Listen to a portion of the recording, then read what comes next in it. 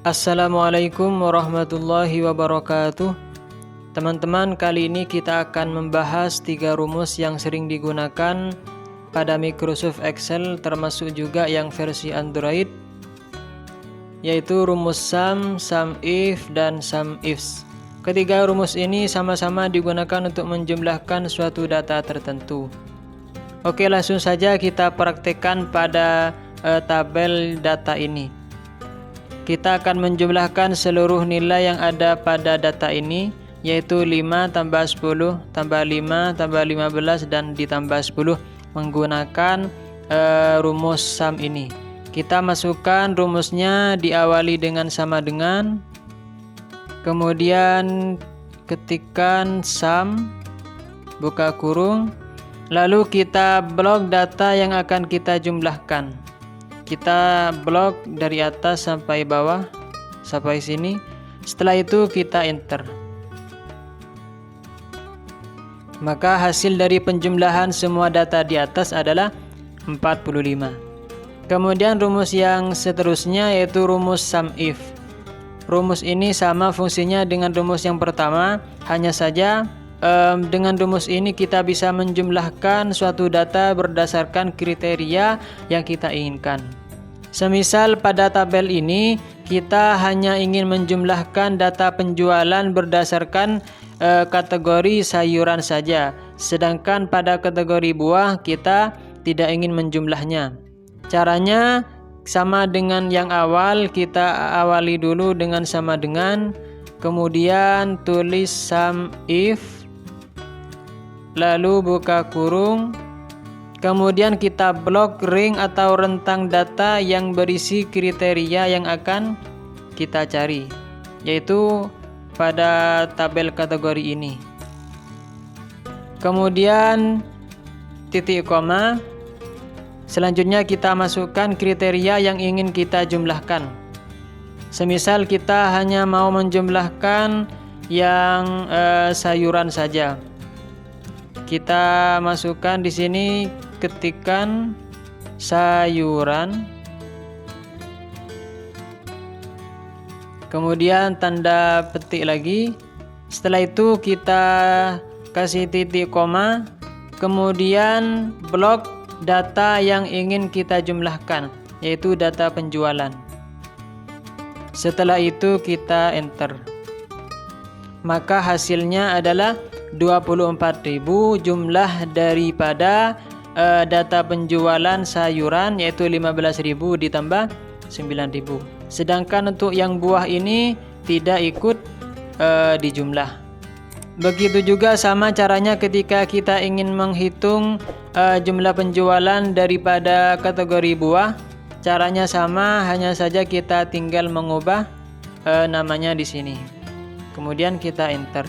Maka hasilnya 45, jumlah daripada penjualan 5.000 ditambah 25.000 dan ditambah 15.000. Untuk rumus yang ketiga yaitu rumus sum ifs.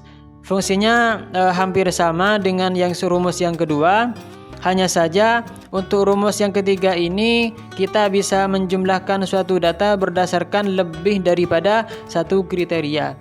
Semisal pada contoh tabel ini kita hanya ingin menjumlahkan data dari penjual yang namanya Reza, kemudian produknya kita mau menjumlahkan mangga saja. Maka caranya sama dengan yang tadi, diawali dengan sama dengan dulu. Kemudian kita ketikkan sum ifs, buka kurung. Nah, untuk yang rumus ketiga ini sedikit berbeda dengan rumus yang kedua. Soalnya untuk rumus yang kedua bagian data yang ingin dijumlahkan itu ditaruh pada terakhir. Untuk rumus yang ketiga ini data yang ingin dijumlahkan, yaitu data 15 ditambah 20 ini kita letakkan di awal berdasarkan rumus yang ada pada keterangan ini. Kita blok dulu data yang akan kita jumlahkan. Kita blok sampai sini. Kemudian titik koma. Setelah itu masukkan kriteria ring atau rentang data yang berisi kriteria yang akan kita cari, yaitu data penjual untuk kriteria pertama. Setelah itu titik koma, kita masukkan kriteria yang ada pada penjual ini. Karena kita hanya ingin menjumlahkan data berdasarkan penjual yang namanya Reza, maka kita masukkan di sini nama Reza. Tulis Reza. Setelah itu titik koma, kita masukkan kriteria yang kedua. Kita masukkan rentang yang berisi kriteria kedua, yaitu rentang produk ini. Kemudian titik koma, masukkan lagi kriteria mana yang akan kita jumlahkan. Semisal kita mau menjumlahkan mangga, maka tulis di sini mangga.